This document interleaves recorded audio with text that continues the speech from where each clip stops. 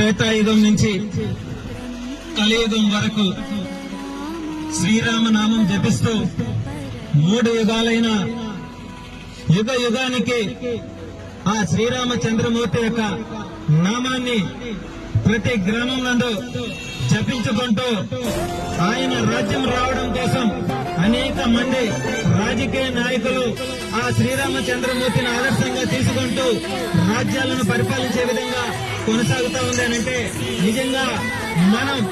చెప్పుకోవాల్సింది ఒకటే,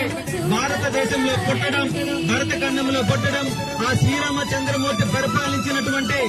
ఈ భారతదేశంలో మనం కూడా ఒకలం అవ్వడం నిజంగా ఎంతో ఆనందంగా ఉంది. అదేవిధంగా ఈ రోజు శ్రీరామనవమి సందర్భంగా ఏదైతే సర్వేపల్లి నియోజకవర్గంలోని మంగపోలు మండలం కాగితాలపూరు సెంటర్ నందు స్వామివారి తీర్థ ప్రసాదాలను భక్తులందరికీ కూడా పంపిణీ చేయడం జరిగింది. దీనికి స్థానికంగా ఉన్నటువంటి మండల అధ్యక్షులు ప్రసాద్ గారు, అదేవిధంగా మన కంటే సుధాకర్ అన్న గారు, మా మహిళా అధ్యక్షురాలు దుమ్మినేని భవానీ గారు, మా జాకీర్ బాయ్ గారు, అదేవిధంగా మా సోదరులందరూ కూడా కలిసి కట్టుగా